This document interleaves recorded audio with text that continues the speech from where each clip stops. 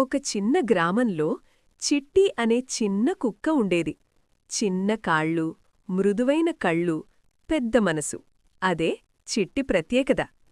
ఒకరోజు ఉదయం రోడ్డుపై నడుస్తూ చిట్టికి పీప్ పీప్ అనే చిన్న శబ్దం వినిపించింది. చూస్తే రోడ్డు మధ్య ఒక చిన్న కోడిపిల్ల పడిపోయి భయంతో నిలబడి ఉంది. అప్పుడే వాహనాలు వేగంగా దూసుకొస్తున్నాయి. కోడిపిల్లకి ఏం చేయాలో తెలియదు. అదే క్షణంలో చిట్టి ధైర్యంగా ముందుకు పరిగెత్తింది.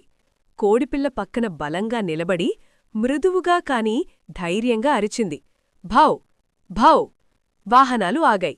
చిట్టి తన శరీరంతో కోడిపిల్లను కాపాడుతూ నెమ్మదిగా రోడ్డు పక్కకు దారి చూపించింది.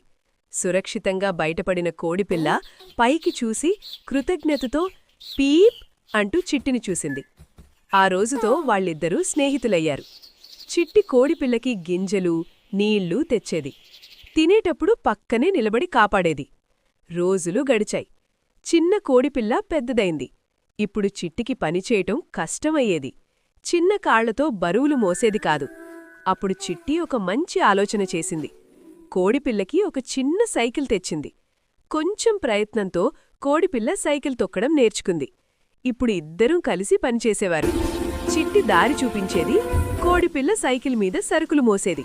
బియ్యం బస్తాలు మోస్తూ నిజాయితీగా పనిచేసి డబ్బు సంపాదించేవారు. సాయంత్రం సూర్యాస్తమయం వేళ చిట్టి కోడిపిల్ల పక్కపక్కనే నడుస్తూ సంతోషంగా నవ్వుకున్నారు. నిజమైన స్నేహం ఒకరినొకరు పెంచుతుంది. కలిసి ఉంటే చిన్నవాళ్లు గొప్ప పనులు చేయగలరు.